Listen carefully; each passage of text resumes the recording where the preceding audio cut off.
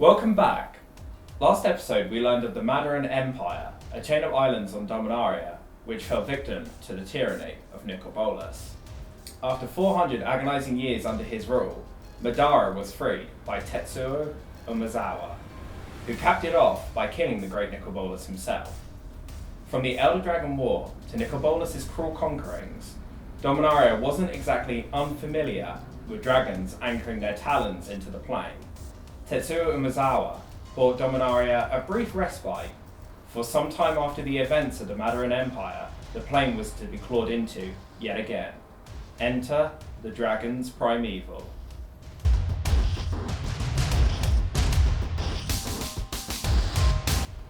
The story of the 5 primeval dragons has many clear echoes of the Elder Dragon War.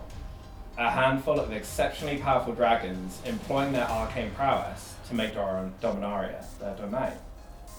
However, there are notable differences between the two dragon-centric events that make it worth our while to explore, not to mention the later part the primeval dragons play in the rest of Dominarian lore. One of these differences lays in the primeval dragons themselves and their unified approach to obtaining rule, versus the splintered and devastating infighting between the former Elder Dragons. Some say the 5 primeval dragons were actually a singular entity of magnificent destruction, known as the Ur-Dragon. Others say the Ur-Dragon is simply the collective name of the 5 primevals. Whichever definition is a fact remains a mystery, though it doesn't detract from the understanding that the combined rule of the 5 primeval dragons was surely immense. So, let's meet the individual components of the primeval rule, which may give you a sense of deja vu and the recognition of a life and death cycle.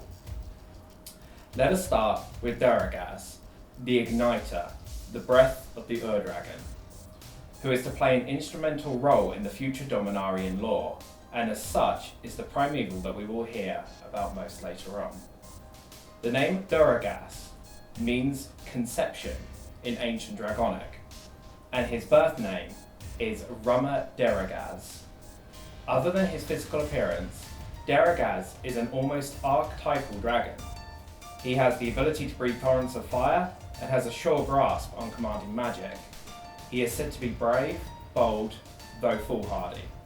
He is aligned with the mana colours black, red, and green. Next we have Rith, the Awakener, the claw of the Ur-Dragon.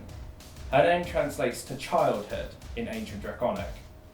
Rith demanded supremacy, and her key power to breathe an army from the nature of Dominaria ensured this.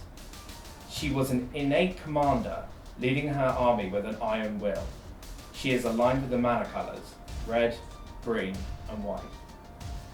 Then we have Treva, the Renewer, the voice of the Ur-Dragon. Her name equates as youth in ancient Draconic. She was a dragon of the purest glistening white, with scales said to rival the feathers of an angel, and the zealousy to match. At her most violent, Treva breathed a beam of absolute light that severed almost any material known. At her most merciful, she healed and remedied any disease or injury, barring death. She is aligned with the mana colours green, white, and blue. Now we have Dromar, the Banisher, the wings of the Ur-Dragon. His name equals adulthood in ancient Draconic. He was a blue dragon and the embodiment of pure greed. His need for treasure and gems was beyond insatiable, and beyond rational thought, as it was later to become his downfall. He had the ability to breathe a disruptive shockwave in similar vein to an electromagnetic pulse, debilitating machine and mortal man alike. Alongside this, he had the capacity to teleport himself and mass numbers of others, sweeping them from the battlefield. Dromar is aligned with the mana colours white, blue, and black. Finally, we meet Croesus, the Purger, the eye of the Ur-Dragon. His name was not only inspired out of utter terror, but means death in ancient Draconic. He was a coal-black dragon, and with a whisper, he could grant death to all those who opposed, or animate the dead and make them loyal to him. Of the 5 primeval dragons, Croesus was undeniably the most feared by mortal men.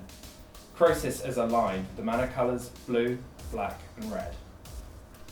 By now we have a clearer understanding on why these 5 in a unified front were able to rule Dominaria for some time.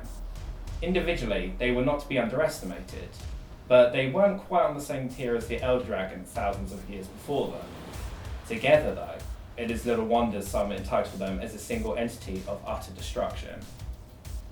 This was until, however, an equal 5 unconsolidated gathering of mages, each representing a colour of mana, decided to overthrow the Primevals with their own alliance.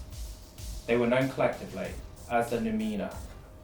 These mages mirrored the Primevals in the sense that as individuals they were power limited, but as a collective they were near unlimited.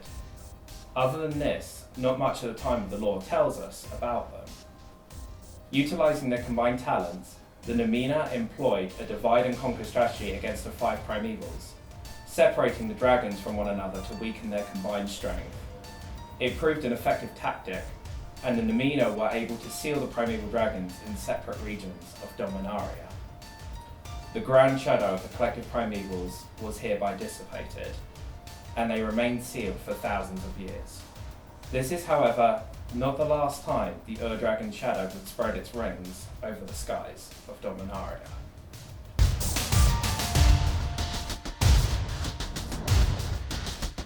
So there we go, more dragon lore, which is awesome. Unfortunately, it's going to be quite some time until we're in the midst of dragon heavy lore again.